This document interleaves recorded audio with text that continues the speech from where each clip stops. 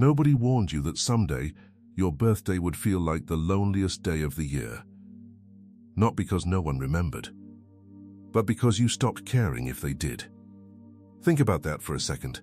The one day the whole world tells you to celebrate yourself, to gather people around you, to perform joy, and you wake up, look at the ceiling and think, it's just a day.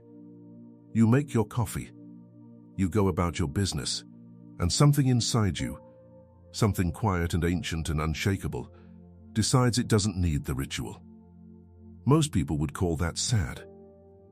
I'm going to tell you something different, something that might disturb you or wake you up, depending on how ready you are to hear it.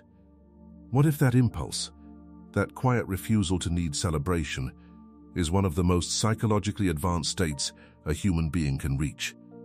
And what if, underneath it, there is something even darker hiding, something you haven't fully looked at yet?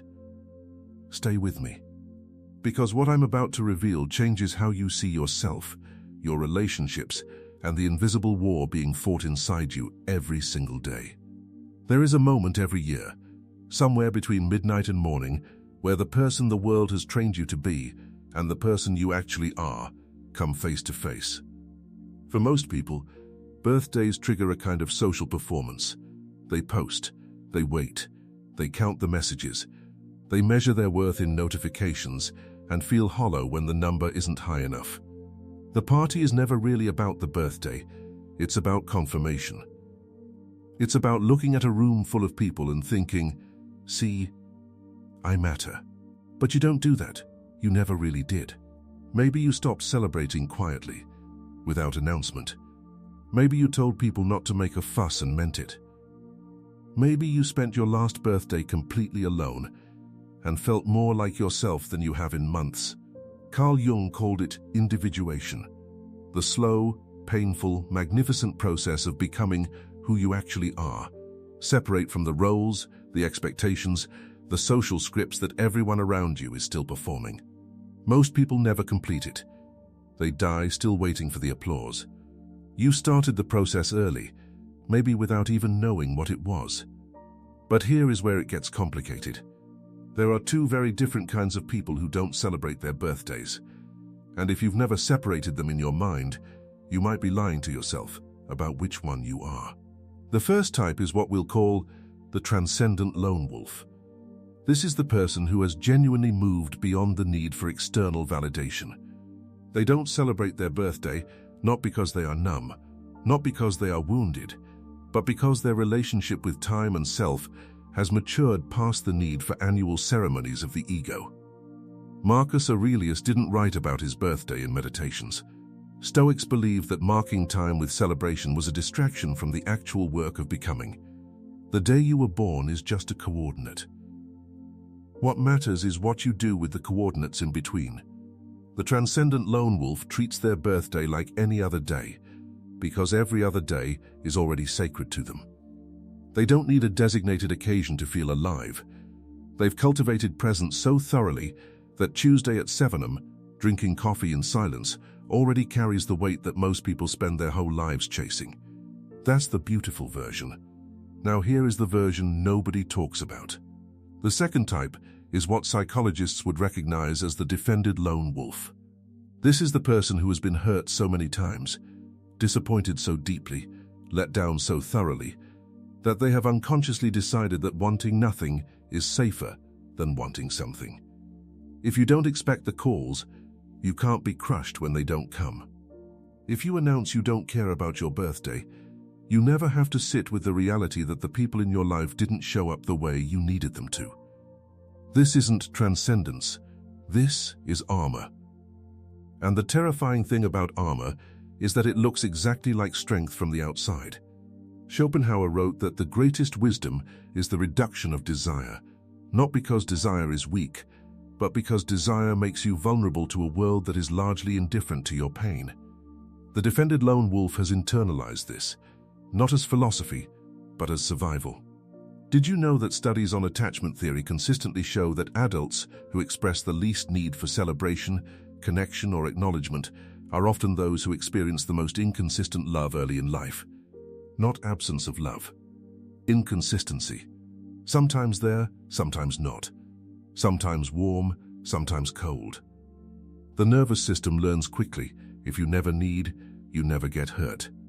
The question you have to sit with right now, the one that might make you uncomfortable, is this. When you say it's just a day, are you saying that from a place of fullness or a place of emptiness you've gotten very good at calling fullness? Stay with me, because what comes next is the part most people never talk about. There is a third layer here, and this one is where the real psychology lives. Whether you are the transcendent lone wolf or the defended one, something specific happens in the mind when you treat your birthday like a normal day. Something invisible, something you may have never put words to. You are quietly watching. You are watching to see who notices anyway. You are watching to see who reaches out without being reminded. You are watching to see who treats it like any other day alongside you versus who quietly disappears. Your conscious mind says, "I don't care."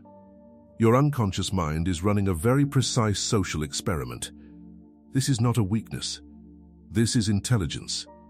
Lone wolves have always been observers. It's why you see things others miss. It's why you can read a room in seconds, sense dishonesty before it's spoken, feel the weight of what people don't say. Your birthday, the way you treat it and the way you let others treat it, has become a diagnostic tool. A filter. A test you never announced you were giving. Nietzsche said, "The secret to harvesting the greatest fruitfulness from existence is to live dangerously." For the lone wolf, the deepest danger isn't external. It's this: allowing yourself to be seen wanting something. And on your birthday, if you're honest, completely honest, past the walls and the philosophy and the carefully constructed indifference, you want something. Even if it's small. Even if it's just one person to understand you without explanation. Here's the unexpected reframe. The thing I promised you at the beginning. The lone wolf who treats their birthday like a normal day is not rejecting celebration. They are rejecting fake celebration. And there is a profound difference. Think about what a conventional birthday actually is. A group of people assembled by obligation or social contract, performing affection on a schedule, singing a song nobody really feels, candles on sugar.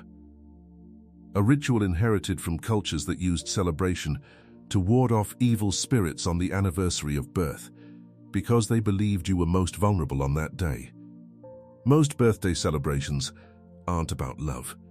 They are about proximity, about whoever happened to stay in your orbit, about who felt guilty enough not to skip it. The lone wolf's instinct is correct. That performance is hollow.